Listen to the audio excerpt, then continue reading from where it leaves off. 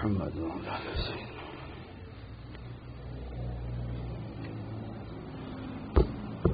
السلام عليكم ورحمة الله.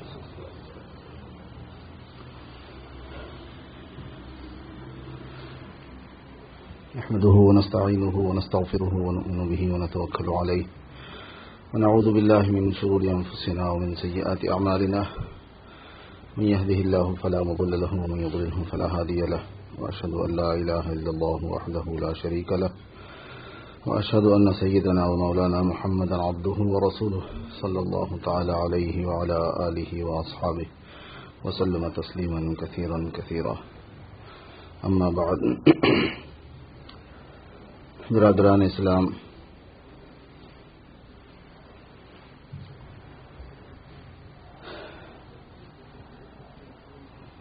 زبان سے متعلق اللہ تعالیٰ نے جو اعمال رکھے ہیں اس میں کچھ اعمال بھلائی کے ہیں، نفع کے ہیں، کچھ اعمال نقصان کے ہیں. بھلائی والے جو اعمال ہیں وہ کرنے ہیں اور نقصان پہنچانے والے جو اعمال ہیں ان سے اپنے کو بچانا ہے.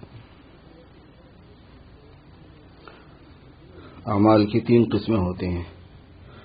ایک وہ اعمال ہیں جو ہمارے دل سے متعلق ہیں، اور ایک وہ اعمال ہیں جو ہماری زبان سے متعلق ہیں، اور ایک وہ اعمال ہیں جو ہمارے جوارح سے یعنی ہاتھ، پاؤں اور پورے جسم سے متعلق ہیں. حضرت مولا علی قاری رحمۃ اللہ علیہ جو ہیں، جو مشکات کے شارح ہیں مشکات شریف کے، انہوں نے ایمان کی 77 شاخوں کو جو بیان فرمایا ہے ابو طالب مکی سے، انہوں نے ان 3 حصوں پر اس کو تقسیم کیا ہے کہ کچھ زبان سے متعلق، کچھ دل سے متعلق، کچھ جوارح سے متعلق. اور دونوں اعمال کی یعنی تینوں سے متعلق جو اعمال ہیں اس کی 2 قسمیں ہوتی ہیں، اوامر اور نواہی. اوامر کہتے ہیں وہ جن کو کرنے کا حکم دیا گیا کہ زبان سے آپ فلاں فلاں عبادت کرو، دل سے فلاں فلاں عبادت کرو، جوارح سے فلاں فلاں عبادت کرو.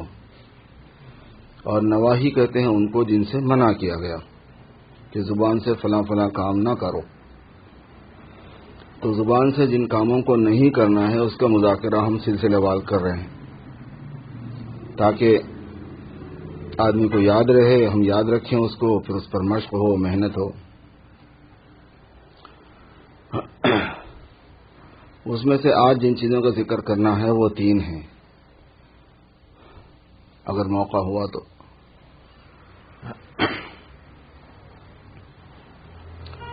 ایک مزاح کرنا،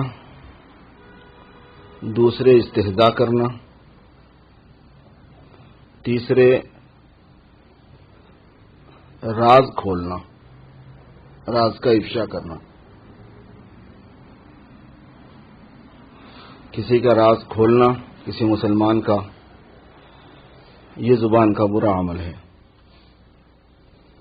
استہزاء کرنا یہ برا عمل ہے. مزاح کرنا جو حد شرعی سے آگے ہو یہ برا عمل ہے.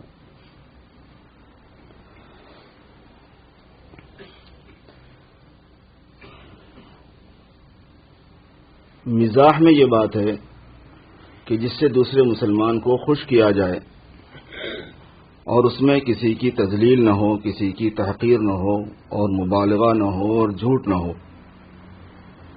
وہ مزاح جائز ہے. بلکہ بعض موقعوں پر وہ مستحب ہے کہ جس میں خوش طبعی مقصود ہو، خوش گپی مقصود ہو. طبیعتوں کے اندر کام کرتے کرتے اکتاہٹ آ جاتی ہے،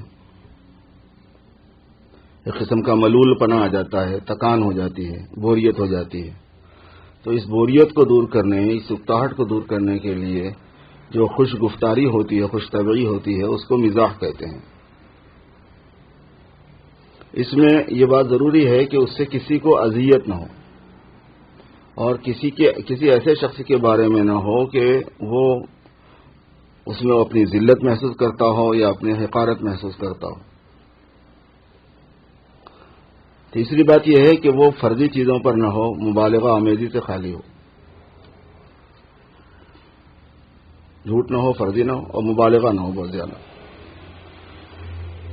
حضور اکرم صلی اللہ علیہ وسلم کبھی کبھی خوش طبعی فرمایا کرتے تھے، یہ نہیں کہ آپ کی عادت مبارکہ روزمرہ کی تھی۔ کبھی ایسا ہوا ہے کہ آپ صلی اللہ علیہ وسلم مزاح فرماتے تھے، اور خاص طور پر بچوں کے ساتھ اور اپنی گھر والیوں کے ساتھ کہ ان کے دل ضعیف ہوتے ہیں تو ان کو قوی کرنے کے لیے اور بے تکلف بنانے کے لیے، یا دیہات کے لوگوں کے ساتھ، گاؤں والوں کے ساتھ، کہ وہ کھل جائیں، ان کی طبیعت کھل جائے، بے تکلفی سے اپنی بات کہہ سکیں۔ ورنہ دیہات کے لوگ جب حضور کے پاس آتے تھے تو رعب کی وجہ سے بات نہیں کر سکتے تھے، گھبرا جاتے تھے، کانپنے لگ جاتے تھے، تو آپ تھوڑی سی ان کے ساتھ میں خوش طبعی فرمایا کرتے تھے۔ بہت کم واقعات ہیں مگر ہیں، اور اسی وجہ سے علماء نے اس کی اجازت بھی دی ہے۔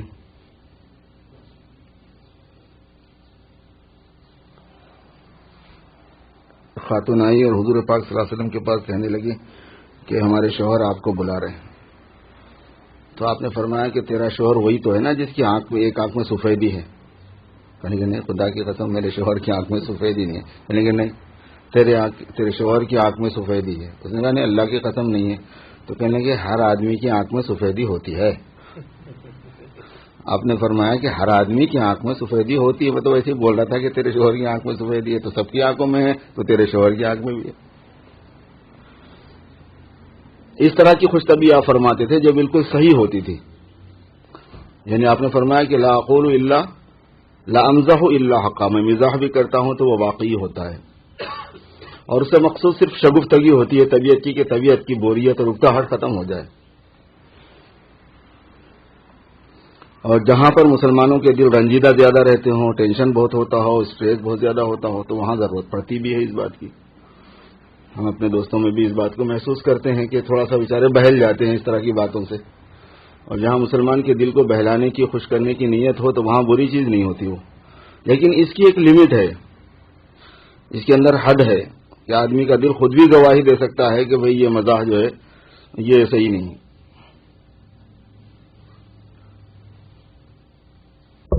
دل لگی میں ضرر نہ ہو جائے، والد صاحب رحمۃ اللہ علیہ کا شعر ہے کہ دل لگی میں ضرر نہ ہو جائے، درد دل درد سر نہ ہو جائے۔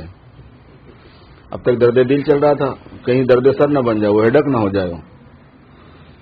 تو ایسا ہوتا ہے بعض مرتبہ۔ تو ایک تو یہ ہے کہ چونکہ یہ زمانہ انٹرٹینمنٹ کا ہے، ہر آدمی جو ہے نا انجوائے کرنا چاہتا ہے، ہر آدمی کو لطف چاہیے۔ پہلے یہ تھا کہ اعمال میں لطف ڈھونڈ لیا تھا مسلمان نے، مسلمان کو اعمال میں لطف آتا تھا، قرآن پاک کی تلاوت میں لطف آتا تھا، نماز میں لطف آتا تھا، ذکر میں لطف آتا تھا۔ کھانے کے لیے بلا رہے ہیں، ان کو ذکر میں اتنا مزہ آ رہا ہے کہ ذکر چھوڑ کے آتے ہی نہیں۔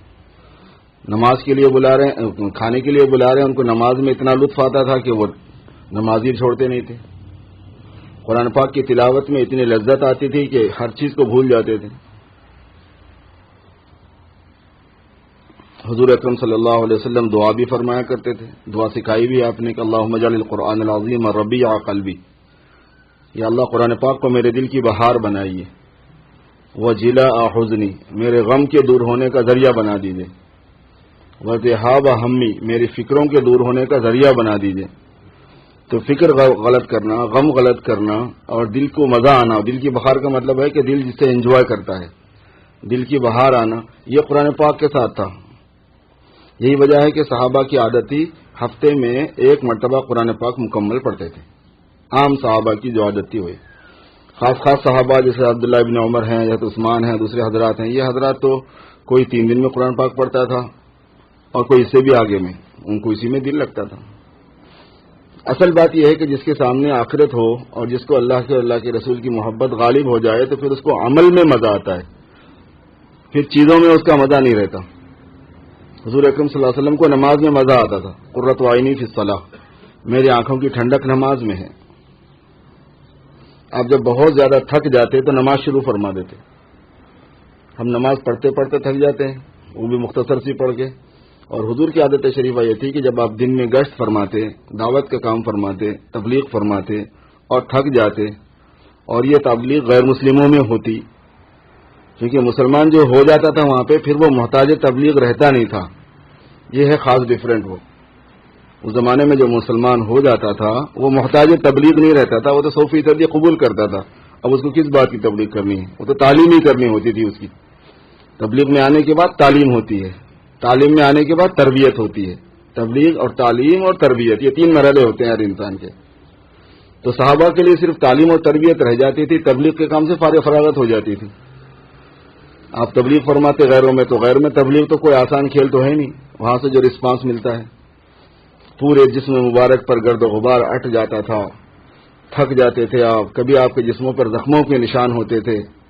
لوگ اپنی زبانوں سے جو تکلیف پہنچاتے تھے، بدتمیزیوں سے، وہ الگ ہوتی تھی. اور آپ تشریف لاتے تو ایک پیر آپ کا ایک جگہ گر رہا ہوتا تھا تھکان کی وجہ سے، دوسرا دوسری جگہ. اتنے تھک چکے ہوتے شام میں جب گھر واپس ہوتے. کھانا پینا نہیں، رات آئیں گے تو گھر کھائیں گے کچھ، اور وہ بھی جیسا کچھ ہوتا تھا تو بہت اعلیٰ قسم کا، بہت بہترین قسم کی ڈشیں بنی ہوئی ہے. کچھ نہیں، کھجور کھا لیا، پانی پی لیا، دودھ پی لیا، بس یہی ہوتا تھا کھانا. روٹی پک گئی تو پک گئی، نہیں پکی تو نہیں پکی. پھر اس کے بعد آپ کا معمول کیا تھا؟ نماز کے لیے کھڑے ہو جاتے تھے. ساری تکان آپ کی کافور ہو جاتی تھی، دور ہو جاتی تھی. اور اللہ پاک نے حضور صلی اللہ علیہ وسلم کو ترغیب بھی دی تھی، حکم بھی فرمایا تھا، فَإِذَا فَرَغْتَ فَانصَبْ وَإِلَىٰ رَبِّكَ فَارْغَب. جب آپ فارغ ہو جائیں تو پھر کھڑے ہو جائیں. تو حضور کام کیا کرتے تھے جس سے آپ کو فارغ ہونا تھا؟ تبلیغ کا ہی کام کرتے تھے. جب دعوت اللہ سے اور تبلیغ سے فارغ ہو جائیں تو آپ کھڑے ہو جائیں اور اپنے رب کی طرف متوجہ ہو جائیں. پہلے ہماری طرف متوجہ تھے مخلوق کے واسطے سے ان کو تبلیغ کرتے ہوئے، اب بلا واسطہ ڈائریکٹ ہماری طرف متوجہ ہو جائیے. تو اصل تو ایمان والے کو دل لگنا چاہیے کہ اس میں قرآن پاک کی تلاوت میں، ذکر میں، غریبوں کو کھانا کھلانے میں، تعاون کرنے میں، خدمت کرنے میں، درود شریف کی کثرت میں، اعمال میں جی لگنا چاہیے. لیکن ہے طبیعتوں کے اوپر بوجھ ہو جاتا ہے بعض مرتبہ. اس کے باوجود تو یہ جو خوش طبعی ہوتی ہے اس کی ایک حد ہے. اس سے بڑا گناہ ہونے کا اندیشہ رہتا ہے. آفات اللسان میں امام غزالی یہی فرماتے ہیں کہ اگر اس معاملے میں دھیان نہیں دیا گیا تو پھر یہ بڑا گناہ ہونے کا اندیشہ ہے. لا تمہاری اخا کا ولا تمازح ہو، نہ تو اپنے بھائی کی، مسلمان بھائی کی بات کاٹو اور نہ اس کے ساتھ میں ایسا مذاق کرو کہ اس کو تکلیف پہنچے. میرا کا بیان اس سے پہلے آ چکا ہے کہ بات کاٹنے کی مذمت کتنی ہے، ایسے ہی مزاح کرنے کی بھی ہے. ایک حدیث شریف میں آیا ہے کہ آپ صلی اللہ علیہ وسلم نے ارشاد فرمایا کہ ان الرجل یتکلم بکلمۃ یضحک به جلساءہ. بعض مرتبہ ایسا ہوتا ہے کہ آدمی ایک کلمہ بولتا ہے اور مقصد اس کا اپنے ہم نشینوں کو ہنسانا ہوتا ہے، چاہتا ہے کہ لوگ ہنسے. بس لوگ بھی ہنس پڑتے ہیں اس کی بات سے، وہ بھی ہنسا کے خوش ہو جاتا ہے کہ میں نے ایسی بات کہی، ہنس دیا. فرمایا لیکن اس کی وجہ سے وہ جہنم میں سریا سے بھی دور جا کے پڑ جاتا ہے. دھیان نہیں دیا کہ بولا کیا. تو گناہ کا سبب ہو جاتا ہے، دوری کا سبب ہو جاتا ہے. تو ایک بات یہ فرمائی گئی کہ مزاح میں اور استہزاء میں بھی وہی بات ہوتی ہے، لیکن تھوڑا سا آگے کی چیز ہوتی ہے. استہزاء کی مناتے ہیں مذاق اڑانا کسی کا. ایک ہے مذاق کرنا، لطیفے سنانا، خوشگپی کرنا، اور ایک ہے استہزاء کرنا. استہزاء کے اندر باضابطہ کسی دوسرے کو حقیر اور ذلیل کرنا ہوتا ہے، مذاق بنانا ہوتا ہے دوسرے کا، اس کی نقل اتارنی ہوتی ہے، قول کی، فعل کی، زبان سے بھی ہوتا ہے یہ، اشاروں سے بھی ہوتا ہے یہ، عمل سے بھی ہوتا ہے.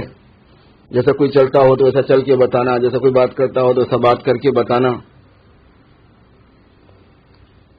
جو سامنے جلسہ میں شرکا میں موجود ہے اس کے ساتھ ہونا، یہ کسی تھرڈ پرسن کے ساتھ ہونا، فلاں ایسا کرتا ہے، فلاں ایسا کرتا ہے. یہ استہزاء تھوڑا مذاق سے آگے کی چیز ہے. اس کو منع کیا گیا بہت سخت. اور یہ مطلب ہے یا ایھا الذین آمنوا لا یسخر قوم من قوم عسى ان یکونوا خیرا منهم. ایمان والو مت استہزاء کرو، ایک قوم دوسری قوم کا نہ کرے. جب قوم قوم کا نہیں کر سکتی تو فرد فرد کا بدرجہ والا نہیں کر سکتی. عسى ان یکونوا خیرا منهم، ہو سکتا ہے کہ وہ تم سے بہتر ہو. جس کا مذاق اڑایا جا رہا ہو سکتا ہے کہ وہ تم سے بہتر ہو. جب بہتر ہے تو وہ تم کو مذاق بڑھانے کا حق رکھتا ہے، نہ کہ تم اس کا مذاق بنانے کا حق رکھتے ہو. ولا نساء من نساء عسى ان يكن خيرا منهن. اور قرآن پاک میں اللہ نے فرمایا کہ اور نہ عورتیں کچھ دوسری عورتوں کا مذاق اڑائیں، اس لیے کہ ہو سکتا ہے کہ وہ عورتیں جن کا مذاق اڑایا جا رہا ہو وہ زیادہ بہتر ہوں۔ ولا تلمزوا انفسکم ولا تنابزوا بالالقاب، تنابز بالالقاب مت کرو، دوسرے لقبوں کے ساتھ میں مت پکارو، تانا مت دیا کرو۔ اس کا ذکر باضابطہ آئے گا وہ تانا دینے کا، وہ مستقل آفتوں میں سے ایک آفت ہے۔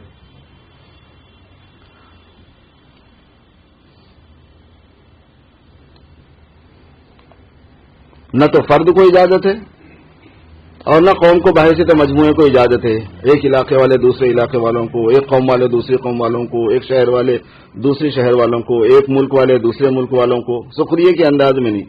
ایک خصوصیات کا بیان، خواص یہ ہیں، خصوصیتیں یہ ہیں، ان کا انداز یہ ہے، اور ایک اس کا سخریہ کرنا، یہ دونوں میں بہت بڑا فرق ہوتا ہے۔ اور دوستوں میں اس حد تک گنجائش ہے کہ دوسرے کو اذیت نہ ہو، برا نہ مانتا ہو۔ اگر مذاق اڑانے میں صرف خوش طبعی ہو رہی ہے لیکن وہ برا نہیں لگ رہا اس کو، وہ اس کو اڑا رہا، وہ اس کو اڑا رہا، نہ یہ برا مان رہا نہ وہ برا مان رہا، مباح کی حد تک ہے، وہ بھی کوئی مستحب اور پسندیدہ نہیں ہے لیکن ناجائز بھی نہیں ہے۔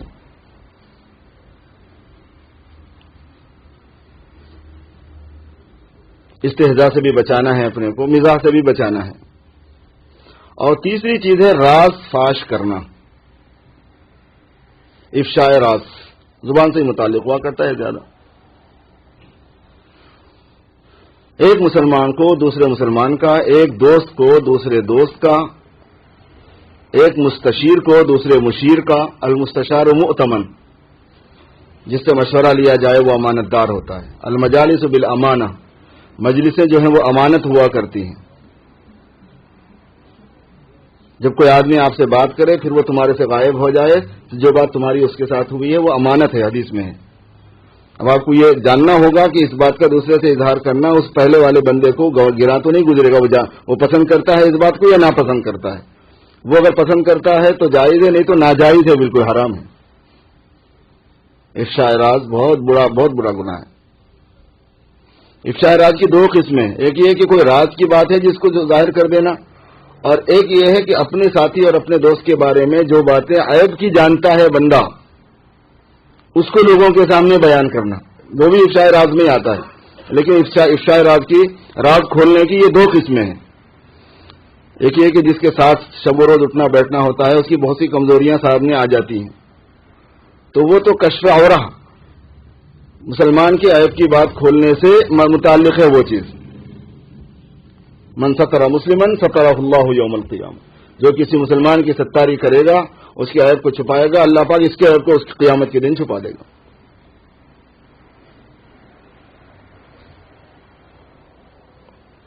صرف عیب سامنے آ جائے تو چھپانا، اور عیب تلاش کر کے بولنا لوگوں کو، وہ تو بہت بڑی بات ہے، وہ بہت ہی بڑا عیب ہے وہ تو۔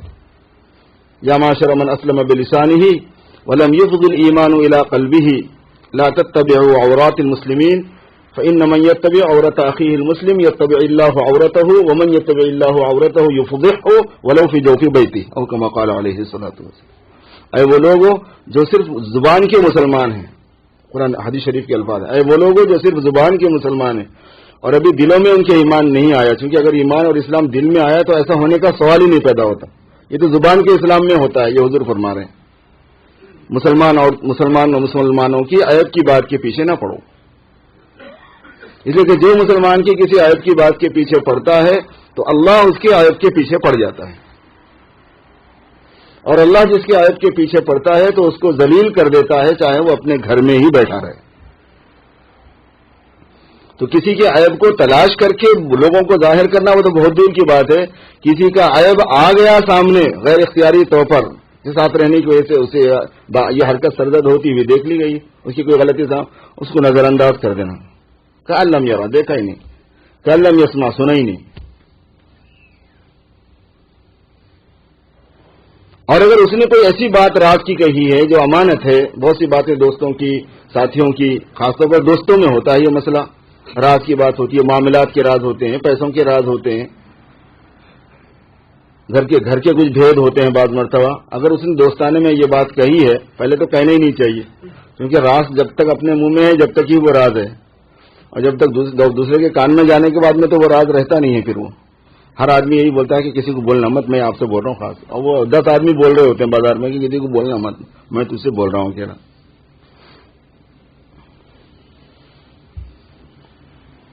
تو وہ باتیں جو راز کی ہوتی ہیں, جو دوسروں سے متعلق ہوتی ہیں, ان کو چھپانے کا ہے. ہمارا حق یہ بنتا ہے, آفات لسان میں سے ہے یہ کہ آدمی بولے اس بات کو.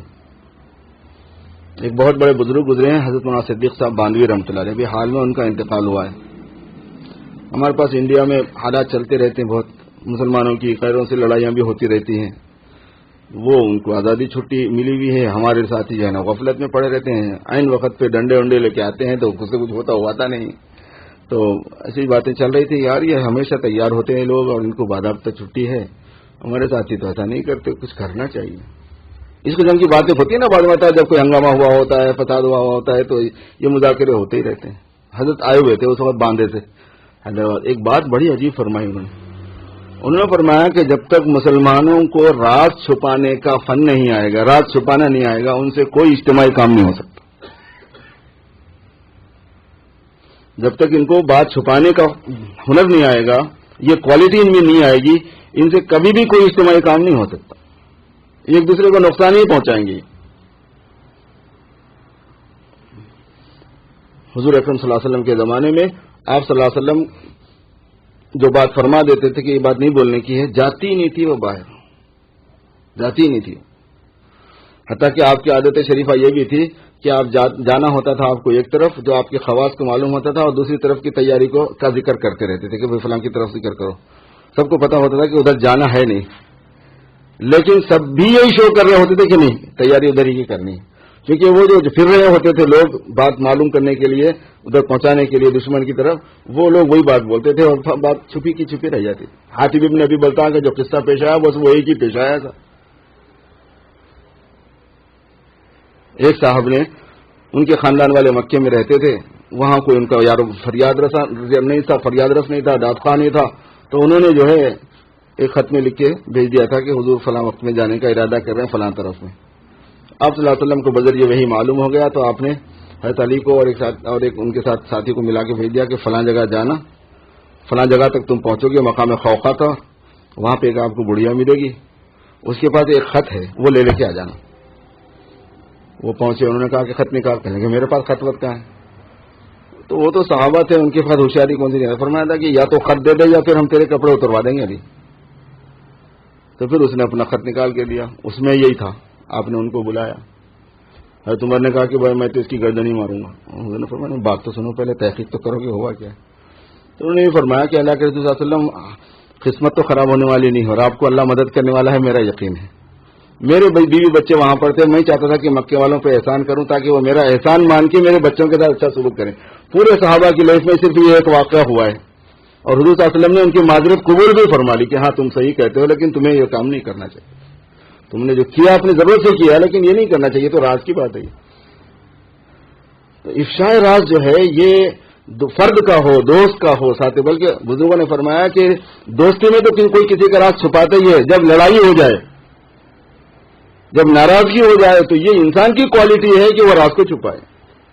یہ اس سے بحث نہیں ہے کہ اس کی دشمنی نکالنے کے لیے آپ کیا کریں. نہیں, آدمی کی خوبی یہ ہے کہ یہ آدمی کی خوبی ہے کہ یہ راز کو چھپاتا ہے. ایک بزرگ نے کہا کہ رازوں کے لیے میرا سینہ قبرستان ہے, کہ میرا سینہ. تو دوسرے بزرگ نے کہا کہ میرا سینہ قبرستان بھی نہیں ہے. کہنے لگے کیوں؟ قبر والا تو پھر بھی اٹھنے کا انتظار میں رہتا ہے. قبر والا تو پھر بھی اٹھنے کے انتظار میں رہتا ہے. جب میں راز کو اپنے سینے میں لیتا ہوں تو اس کو بھول ہی جاتا ہوں. بس 26 ہو گئے. انہوں نے سنتیں نہیں پڑھی, سنتیں پڑھ لی.